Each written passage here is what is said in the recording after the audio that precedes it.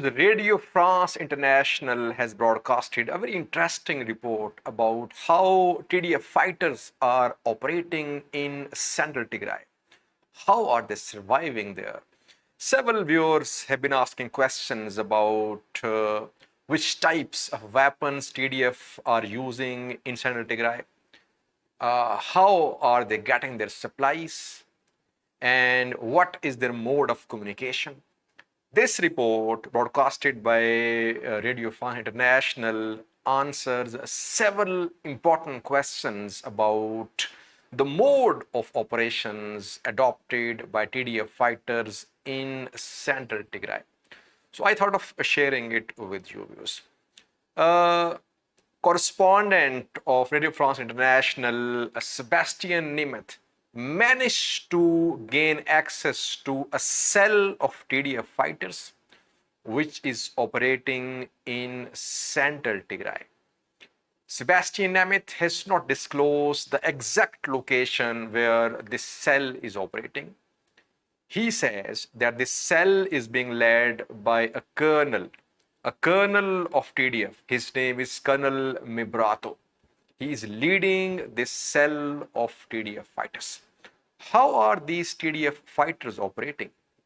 Firstly, viewers, the TDF fighters, TDF soldiers are mingled with local people. You cannot distinguish between TDF fighters and locals because they are just locals by their look. They are dressed up in clothes just like locals are dressed up, viewers.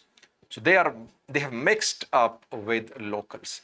That is what we heard from Prime Minister of Ethiopia, Abiy Ahmed, just a few weeks ago, when he said that the war in Tigray was tiresome and difficult.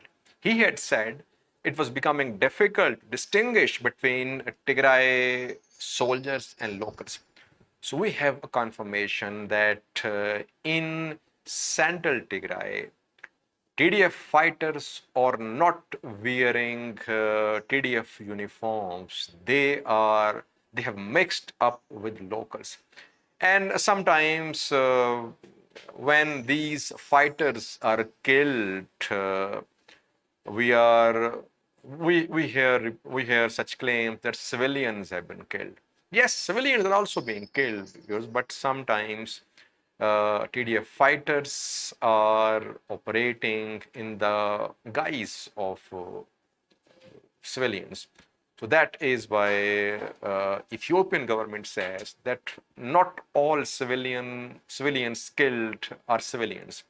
Some of them are TDF fighters as well, just like we saw what happened in Axom, viewers. In Axom, Amnesty International, TPLF claimed that civilians have been killed.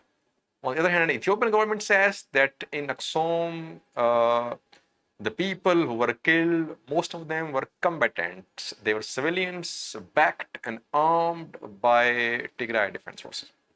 Now, second thing, how are these cells of TDF fighters operating? The report says that the TDF fighters, they operate at night. They carry out attacks on ENDF, Eritrean soldiers at night, and then they return to their areas. And in the day, they are civilians. They are dressed up like civilians, and they are seen standing in the queues for food supplies. Thirdly, what type of weapons are these fighters using?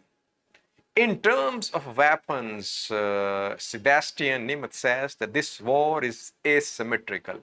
There is no comparison between heavy weapons of Ethiopian National Defense Forces, Eritrean forces, and small weapons carried by TDF fighters. Most TDF fighters have only AK-47 rifles, but Eritrean and ENDF troops are armed with heavy weapons, and TDF soldiers attack ENDF convoys, Eritrean convoys, and they capture their weapons. So, third important point is the mode of communication. Report says that these soldiers do not have any communication equipment. They communicate through locals of the area. And fourth important point is about supplies, food supplies. How do they get food? How do they get clothing? Report says that Colonel Vibrato was asked about food supplies, and he responded that locals were providing TDF fighters with food and supplies. Well, can Tigray's locals provide TDF with food and supplies?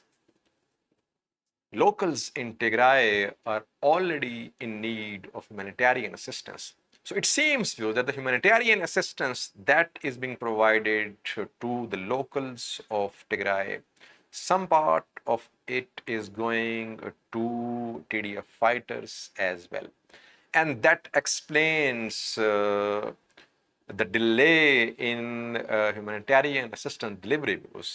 Nima al-Bagir, when she traveled from Mekelle to Shire a few days ago, she claimed that Eritrean troops and Ethiopian troops were blocking aid delivery to the people of Tigray. Now, this blockage is very understandable. Eritrean troops, ENDF troops, they know that TDF are under pressure in central Tigray. They're in need of food, they're in need of supplies.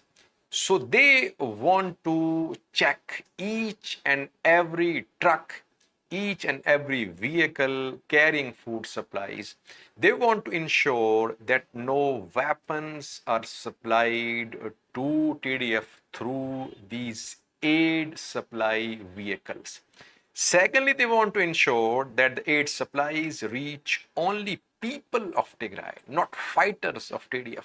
That is why delivery of humanitarian assistance to the people of Tigray, it's very slow, and it's having its impact on the people of Tigray. So, in the end, people of Tigray are suffering. Also, Eritrean forces, ENDF, they have to search all these humanitarian assistance convoys and vehicles.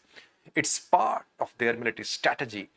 But this process of searching, this process of verification, it is slowing down the delivery of aid to the people of Tigray. So now we understand that the process of aid delivery is slow because Eritrean and Ethiopian forces, they want to ensure that no aid supplies reach TDF fighters. But as we know, the TDF fighters have mixed up with locals, so perhaps they are getting some part of these aid supplies. So that is how TDF fighters are surviving in central Tigray. There are cells, small cells led by soldiers. The cells are located in different parts of central Tigray. They are communicating through locals. They have small weapons. They carry out ambush on ENDF Eritrean convoys. They take their weapons and they are in this way continuing their resistance. No shortage of manpower. This report confirms that locals have joined. The report mentions a retired civil servant, Biniam, 37-year-old, who has joined this resistance. So there's no shortage of recruits for TDF. We know that. We have discussed that in several previous videos. There's no shortage of manpower for TDF. People say they are dying for freedom. They are fighting for freedom, and they'll keep on fighting until the occupiers are out of Tigray. So it's better to fight than to die at home.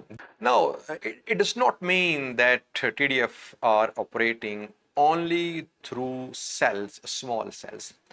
Cells are a part of military strategy of TDF, but in some areas of central Tigray, there is heavy presence of TDF forces, TDF fighters as well, from where they carry out large-scale attacks on Eritrean and Ethiopian forces. But these cells are also a part of military strategy adopted by TDF. I think for watching.